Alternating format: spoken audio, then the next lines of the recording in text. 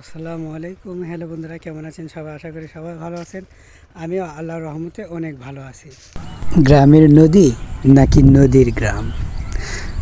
আমাকে যদি প্রশ্ন করা হয় আমি তো বলবো গ্রামের নদী। কারণ হলো নদী কিন্তু গ্রাম বা গ্রামের মাঝ দিয়েই বয়ে চলে। তো আজ আমি ঘুরে দেখাবো আমাদের নদী এবং সেই সাথে 12 মাসি তাল। আর দেখতে পাবেন দুর্লভ আটিস্বরের গাছ। বন্ধুরা, অনেক এলাকায় হয়তো এই ফল বা এই গাছটি নাই, তাই এই গাছটি আপনাদের সামনে ভিডিওতে তুলে ধরব। তো আমি যখন নদীর পাড়ে আসার পর আমাকে এত ভালো লাগে নদীর আবহাওয়া, নদীর বাতাস, সব কিছু। এবং আমি যে শুধু পাড়ে আসি এমন নয়, এখানে অনেক আমার প্রিয় ছোটোমণি সোনামণি বন্ধুরা রয়েছে। তারাও এসে আমার সাথে আড্ডা দেয় গান বা গজল গেয়ে। আপনাদের সাথে সেটাও একটু শেয়ার করব। আর সবচেয়ে বড় কথা, আমাদের নদীর ধারে যে বড়ই গাছ রয়েছে, কুল গাছ, এটা মানে অ্যাভেলেবল এত পরিমাণ যে আপনাকে টাকা দিয়ে কিনে খেতে হবে না, এটা কিন্তু ফ্রি খাওয়া যাবে।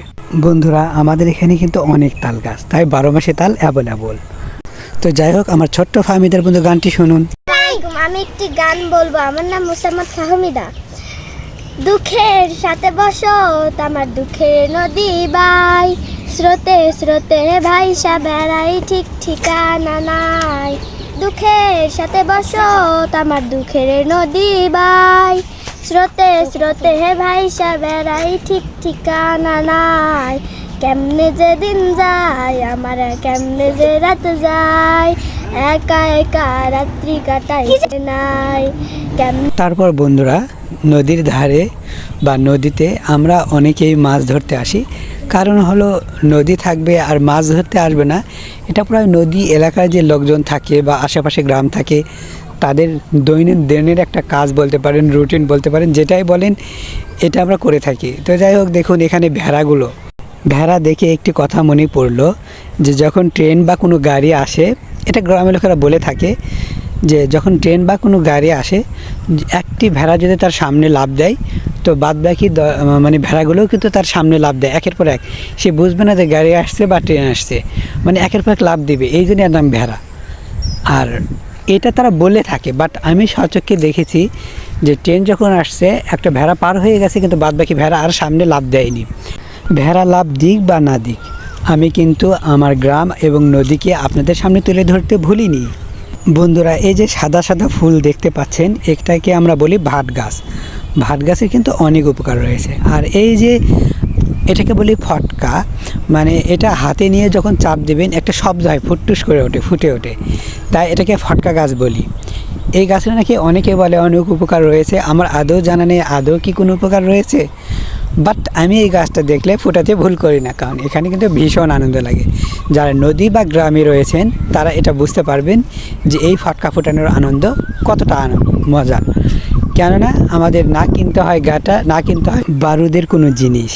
কেননা বন্ধু, এটা আমাদের ন্যাচারাল ফটকা, যা কারো ক্ষতিও হবে না, যা কখনো কোথাও আগুনও লাগবে না, এবং সেই সাথে বেশি জোরে আওয়াজও হবে না। শব্দ দূষণ থেকেও বাঁচলাম, ন্যাচারাল একটা ফটকা পেয়ে গেলাম। ফটকা হোক বা যেটাই হোক বন্ধুরা, আপনাদের সাথে শেয়ার করলাম, কারণ এটা গ্রামে অ্যাভেলেবল, আমাদের গ্রামে বা নদীর ধারে দেখা যায়। বন্ধুরা, এই সে আটিস্বরের ফল, যেটা মহান আল্লাহ তাআলার দেওয়ার একটি নিয়ামত। এটা এত মিষ্টি লাগে, পাকলে একটু পিঙ্ক কালার হয়, এত মিষ্টি লাগে, যে খেয়েছেন সে বুঝবেন। এটা কিন্তু আমি কোথাও দেখি না। আমাদের এই গ্রামে দেখা যায় নদীর ধারে এবং অন্যান্য জঙ্গলে ঝোপে ঝাড়ে, কিন্তু অন্য কোথাও গেলে এই আটিস্বরের যে ফলটা, এটা আমরা দেখতে পাই না। আর এটা ভাট গাছ সম্পর্কে একটি কথা না বললেই নয়।